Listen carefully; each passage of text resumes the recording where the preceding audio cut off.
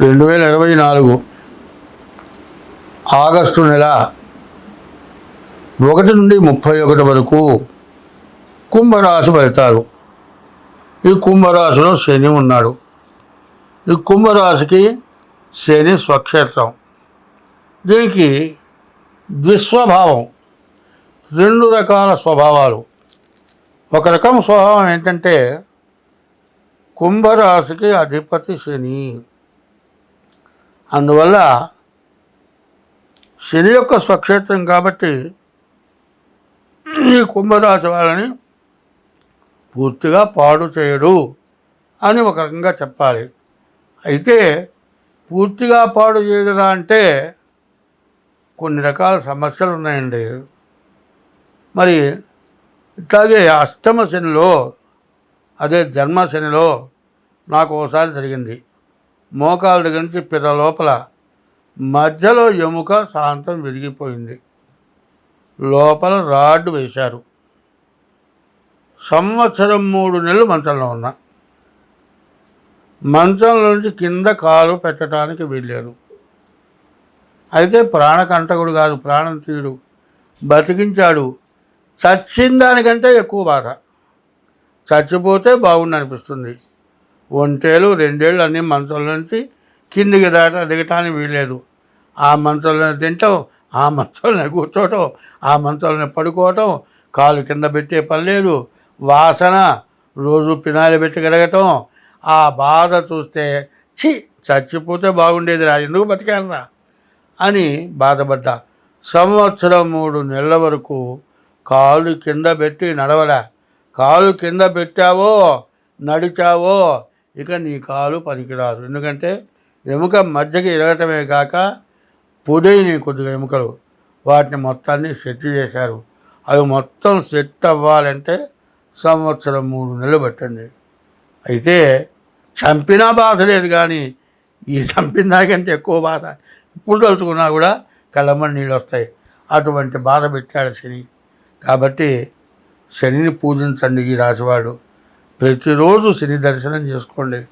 శనికి శనివారం నల్ల నువ్వుల నూనెతో అభిషేకం చేయించుకోండి. నువ్వుల నూనె కరెక్ట్గా గాను దగ్గర నల్ల నువ్వులతో నూనె పట్టించుకొని నూనెతో పూజ చేయండి. నల్ల వస్త్రాలు దానం ఇవ్వండి. వర్షాకాలం నల్లటి గొడుగు దానం ఇవ్వండి. నల్లటి చెప్పులు దానం ఇవ్వండి. శనిని పూజించండి. మరి నోరు లేనటువంటి జీవరాశులకి ఆహారం పెట్టండి. ఇది చాలా మంచిది. ఎన్ని కష్టాలు వచ్చినా, ఎవరు ఎంతమంది మీకు అపకారాలు చేసినా వాళ్ళని నోరు తెరిచి దూషించబాకండి. వాళ్ళని ఎప్పుడు కూడా మన టైం బాగాలేదు, మన కర్మ బాగుండక వాళ్ళకి బుద్ధి పుట్టిందనుకొని మనస్సులోని దైవాన్ని తలుచుకొని దండం పెట్టండి. ఈ రాశి వాళ్ళు అన్ని గ్రహాలకి పూజ చేసుకోవడం చాలా అవసరం. తర్వాత శని కుంభంలో ఇంకొక సంవత్సరం పాటు ఉంటాడు. ఇది చివరికి వచ్చేప్పటికల్లా ద్వితీయానికి వస్తాడు. ద్వితీయం ధన వాగ్విత్తం. శని ద్వితీయంలో ధనాధిపతి అవుతాడు కాబట్టి, ధనాన్ని రక్షించేవాడు కాబట్టి మీకు ఎటువంటి సమస్య రాదు, అన్ని విధాలా బాగుంటుంది. కాబట్టి ముందుగా మీ డేట్ ఆఫ్ బర్త్ ద్వారా ఈ సంవత్సరం తప్పనిసరిగా మీ జాతకం చూపించుకొని దానికి నివారణ అనేది ఏదో చేసుకోండి. మీకు అన్ని విధాలా బాగుంటుంది. దాదాపు ఇప్పటికి చెప్పాలంటే 4 సంవత్సరాలు చాలా 4 సంవత్సరాలు దాదాపు బాగా కష్టపడ్డారు. ఇంకొక సంవత్సరం బాగా కష్టపడే సమయం. ఈ సమయాన్ని తప్పించుకుంటే మీకు ఎదురు లేరు. ఎందుకంటే కొండ చివరిదాకా ఎక్కారు, చివరి అంచు కాస్తే ఉంది. ఆ కాస్త ఎక్కగలిగితే ఇబ్బంది లేదు. కాలు జారితే కింద ఉంటాం. కాలు జారకుండా శిఖరం చివరికి వెళ్ళగలిగేటువంటి స్టేజీ రావాలంటే దైవమే మీకు రక్షణ. దైవాన్ని రక్షిస్తాడు. ఈశ్వరార్చన చేయండి, సూర్య నమస్కారాలు చేయండి. ప్రతిరోజు శివాలయానికి వెళ్ళి శివుడికి నవగ్రహాలకి ప్రదక్షిణం చేయండి. మీ డేట్ ఆఫ్ బర్త్ ద్వారా మీ జాతకం చూపించుకోండి. శనిని ఎవరైతే పూజిస్తారో వాళ్ళకి ఎటువంటి అపకారం జరగదు, అది మాత్రం గుర్తుపెట్టుకోండి. ఇది కాక ఇంకా ప్రత్యేకమైంది మీనరాశి అయిపోయిన తర్వాత మీకు ప్రత్యేకంగా చేయదగింది చెబుతాను. ఇది అందరూ చేయండి, అందరికీ ఉపయోగపడేదే విషయం. అది చేస్తే మీకు ఎటువంటి సమస్య రాదు, అన్ని విధాలా బాగుంటారు. ప్రతి మానవుడికి కష్టాలు అనేవి విపరీతంగా వస్తున్నాయి. కష్టపడని మానవుడు లేడు. సుఖపడుతున్నాను అనేటువంటి వాడు ఎవడూ కనపట్టలేడు. ఎంత సుఖంగా ఉన్నా కూడా చెప్పటానికి వీళ్ళైన కష్టం ప్రతివాడికి ఉంటుంది. చూసేవాడికి అబ్బో ఆయనకేమయ్యా అంటారు. వాడికి వదిలేస్తే కళ్ళమ్మడి నీళ్ళు వస్తాయి. చెప్పుకోలేని బాధలు. ఏమిటి ఈ బాధలు ఎందుకు వస్తున్నాయి నేను చెప్తా వినండి. ఒకప్పుడు ఒక రాజుగారు, ఒక చక్రవర్తి ఎంతో గొప్ప పరిపాలన చేశాడు. ఆయన చేసినటువంటి పరిపాలన ఎవరూ చేయలేరు. రామచంద్రమూర్తి కంటే ఎక్కువ మంచి పరిపాలన చేశాడు. ఆయన మరణించాడు. తర్వాత కొడుకు ఆ రాజ్యాన్ని పరిపాలన చేస్తున్నాడు. రాజుగారు ఏం చేశాడు? అందరూ బతకడానికి ఎవరు దొంగని కూడా క్షమించి దొంగతనం చేయకుండా మానుకున్నట్టుగా ఏర్పాటు చేశాడు. వాడికి బతుకుదెరువు మార్గం చూపించాడు. దొంగ ఎప్పుడు దొంగతనం చేస్తాడంటే దానికి వాడు అవసరం తీరకపోతే దొంగతనం చేస్తాడు. అన్నం దొరక్కపోతే అన్నం కోసం దొంగతనం చేస్తే తప్పు లేదుగా. అట్లాగే దొంగని దొరగా చేశాడు.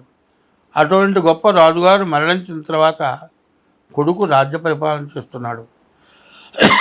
కొడుకేంది? గొప్ప వ్యభిచారి, ధనాశాపరుడు, పరమ నీచుడు. కనబడ్డ స్త్రీని వదిలిపెట్టేవాడు కాదు. సంవత్సరానికి 10 సార్లు పన్ను వసూలు చేస్తాడు. ప్రజలకి రోత పుట్టించాడు. శత్రురాజులు వచ్చారు, యుద్ధం చేశారు, రాజ్యాన్ని గెలుచుకున్నారు. తండ్రి ఏమో స్వర్గాన్ని పొందాడు, కొడుకు నీచమైన పనులు చేస్తున్నాడు. చివరికి పరాజులు యుద్ధం చేశారు, గెలిచారు. రాజ్యం కోల్పోయిన దాకా ఈ కొడుక్కి సంతానం లేదు. అడవిలో కందమూలాలు తింటూ మొగుడు పెళ్ళడం బతికేటువంటి టైంలో వాడికి 2 ఆడపిల్లలు పుట్టారు. ఆ 2 ఆడపిల్లలు కూడా చాలా గొప్ప అందగత్తెలు. రాజులు ఎప్పుడు కూడా వేటకు వస్తారు. ఒక రాజుగారు వేటకు వచ్చి, అయ్యా నీ పిల్ల బాగుంది, నాకు ఇస్తావా, నేను పెళ్లి చేసుకుంటా అన్నాడు. నాకెంత నేను అడిగినంత డబ్బు ఇస్తావా, నా పిల్లని ఇస్తా అన్నాడు. వాడు ఎంతో అడిగాడు, మితి మీరు అడిగాడు. అడిగినంత డబ్బు ఇచ్చి ఆ పిల్లని తీసుకున్నాడు, తీసుకెళ్ళిపోయినాడు. అప్పుడు ఈ రాజుగారు తండ్రి స్వర్గంలో ఉన్నవాడు యమలోకానికి వచ్చాడు. ఏమిటా ఇట్లా యమలోకంలో వచ్చి నా గతి ఏంటా ఎట్లా చేశావంటే, నీ కొడుకు చేసిన పాపం నీకు ఇట్లా చుట్టుకుందయ్యా, నేనేం చేయలేదు. పుణ్యం చేసిన వాళ్ళకి స్వర్గం, పాపం చేసిన వాళ్ళకి నరకం. నీ కొడుకు చేసిన పాపం నువ్వు అనుభవించాల్సిందే అన్నాడు. అప్పుడు ఏంటి నాకు ఇక మార్గం లేదా అంటే, నీకు ఒక వెలుగు రూపం ఇస్తాను, నీ కొడుకు పోయి చెప్పమన్నాడు. ఆ కొడుకు పోయి, ఏమిరా నీవు ఆడపిల్ల నమ్ముకున్నావురా, ఒక పిల్లని కన్యాదానం చేస్తే 10 తరాలు ఇటు అటు 10 తరాలు 21 తరం మోక్షాన్ని పొందుతారని ఉంటే ఆడపిల్లని అమ్ముకున్నావు, ఆడపిల్లని విక్రయం చేశావు. దశపూర్వేషాం దశాపరేషాం మధ్వంశానాం. 10 పిల్ల తరపు, పిల్ల తండ్రి తరపు మోక్షాన్ని పొందుతారన్నటువంటి పిల్లని అమ్ముకున్నావురా. అందుకు నాకే కర్మ పెట్టిందిరా, నన్ను స్వర్గానికి పంపించరా అని అడిగితే, 2వ పిల్లకి కన్యాదానం చేసి వివాహం చేస్తే ఆ రాజుగారు మోక్షానికి పోయినాడు. అది ఒక పెద్ద పాపం. 2, ఇవాళ తల్లిదండ్రులకు అన్నం పెట్టటంలే. ఎందుకయ్యా అంటే, విదేశాల్లో ఉంటేనేమో చూడటానికి వాళ్ళకి అవకాశం లేదు. స్వదేశంలో ఉన్న వాళ్ళకి పుట్టిన పిల్లని యూకేజీలో పెడితే, యూకేజీలో చేరిస్తే 60,000 70,000. వీళ్ళ సంపాదన వీళ్ళ పిల్లల్ని చదివించడానికి చాలక మేము అన్నం పోతున్నాం అంటున్నారు.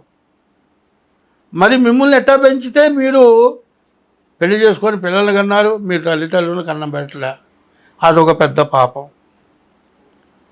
మరి తల్లిదండ్రులని ఇబ్బంది పెట్టడం, భార్యని ఇబ్బంది పెట్టడం, భార్య తరఫు వాళ్ళని ఇబ్బంది పెట్టడం, వాళ్ళు ఏమీ తేలేదని వేధించడం, ఆడ మనిషిని కొట్టడం చాలా దోషం. స్త్రీ హింస, శిశు హింస చాలా దోషం. భ్రూణ హింస, గర్భిణీలు తీసేయడం ఒక దోషం. గర్భవతి అయినటువంటి స్త్రీని కాలుతో తంతే గర్భస్రావం జరిగితే అది పెద్ద దోషం. ఇటువంటి తెలియని దోషాలు, తెలియకుండా చేస్తున్న దోషాలు అనేకం ఉన్నాయి. మన హిందూ ధర్మంలో ఏం చెప్పారు? అందరూ దైవస్వరూపులే, జీవాత్మ పరమాత్మ అన్నారు. ప్రతి జీవరాశిలో పరమాత్మ ఉన్నాడు. మనం ఏం చేస్తున్నాం? సింహాన్ని పూజిస్తున్నాం, పులిని పూజిస్తున్నాం, సర్పాన్ని పూజిస్తున్నాం, పుట్టను పూజిస్తున్నాం, చెట్టును పూజిస్తున్నాం, మనిషిని పూజిస్తున్నాం, కొండని పూజిస్తున్నాం. అన్నీ కూడా దైవస్వరూపాలను పూజిస్తున్నాం. హిందూ మతం అనాది మతం. ఈ అనాది మతంలో చెప్పినవన్నీ మంచియే. ఎవరు మనకు ఏ మతం కూడా మనకు శత్రుత్వం లేదు. అయితే మనం చేసే పాపాలు మనల్ని వేధిస్తూ ఉన్నాయి. కాబట్టి తల్లిదండ్రులకు అన్నం పెట్టకపోయినా దోషమే. సరే, తల్లిదండ్రులకి అన్నం పెట్టామండి, వాళ్ళు మరణించిన తర్వాత ఉత్తర క్రియలు కర్మ చేయాలి. అదైన తర్వాత ప్రతి సంవత్సరం ఆ పోయిన తిథి రోజు తద్దినం అనేది పెట్టాలి. అది ఒక సంవత్సరం వాళ్ళకు ఒక రోజు కింద లెక్క. ఆ తద్దినాలు పెట్టకపోవటం అది పితృదోషం. కాలసర్ప దోషం. కాలసర్ప దోషం ఏంటి?